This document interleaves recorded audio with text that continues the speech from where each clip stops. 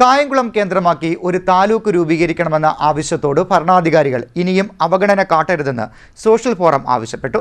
കായംകുളത്ത് തൂണിന്മേലുള്ള ഉയരപാത നിർമ്മിക്കണമെന്ന വിഷയം കടന്നു വന്നത് മുതൽ താലൂക്ക് വിഷയം അട്ടത്തായി. ഫലത്തിൽ താലൂക്കുമില്ല, ഉയരപാതയുമില്ല എന്ന് പ്രസിഡന്റ് അഡ്വക്കേറ്റ് ഒ ഹാരിസ് പറഞ്ഞു.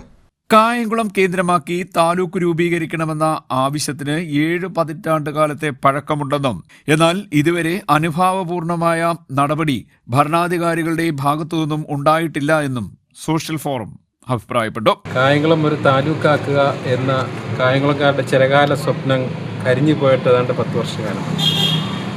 അതാണ്ട് 7 പതിറ്റാണ്ട് കാലം മുതൽ കായംകുളം താലൂക്കാക്കണമെന്ന് കായംകുളത്തെ ജനവിഭാഗങ്ങൾ ആവശ്യപ്പെടുകയാണ്.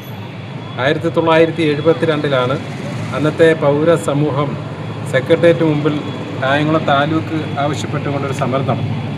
അന്നത്തെ യുവ MLA ആയിരുന്ന ശ്രീമാൻ ഉമ്മൻചാണ്ടി അടക്കമുള്ള പ്രഗത്ഭരായ വിവിധ രാഷ്ട്രീയ പാർട്ടികളെ നേതാക്കന്മാർ, MLA മാർ ആ സമരത്തെ അഭിസംബോധന ചെയ്ത ചിത്രവും ഫോട്ടോയും ഒക്കെ നമ്മുടെ കയ്യിൽ ഇപ്പോഴും ഉണ്ട്.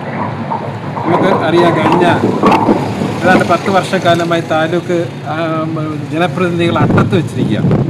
കഴിഞ്ഞ 2021 സംസ്ഥാന നിയമസഭാ തെരഞ്ഞെടുപ്പിലും രാഷ്ട്രീയ പാർട്ടികളുടെ മുന്നണികളുടെ പ്രകടന പത്രികയിൽ 1ാമത്തെ ഇനം കായംകുളത്ത് താലൂക്ക് അനുവദിക്കുമെന്നുള്ളതാണ്.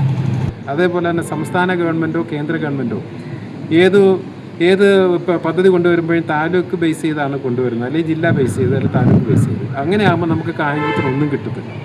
ഭരണകൂടം നൽകുന്ന ആനുകൂല്യങ്ങൾ നഷ്ടപ്പെട്ടു പോകുന്നത് താലൂക്ക് ആസ്ഥാനമല്ല എന്ന കാരണത്താലാണ്. കായംകുളത്തിൻ്റെ വികസനത്തിന് അടിയന്തരമായി വേണ്ടത് താലൂക്ക് തന്നെയാണ്. നമുക്ക് താലൂക്കിന് വേണ്ടി ഒരു സിവിൽ സ്റ്റേഷൻ പണിഞ്ഞിട്ടിട്ട് ഏതാണ്ട് 10-20 വർഷമായി.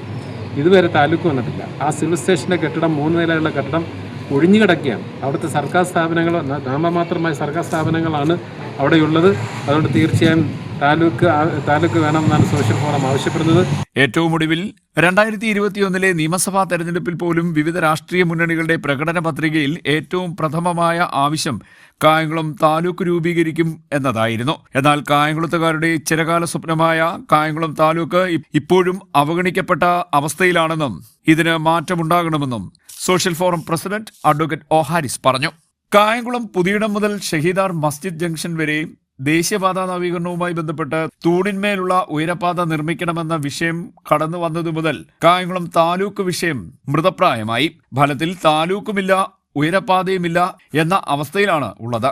കായംകുളം നഗരത്തിന്റെ വികസനത്തിന് താലൂക്കും ഉയരപാതയും അനിവാര്യമാണെന്നും അഡ്വക്കേറ്റ് ഒ ഹാരിസ് പറഞ്ഞു. CDNet news, Kayamkulam.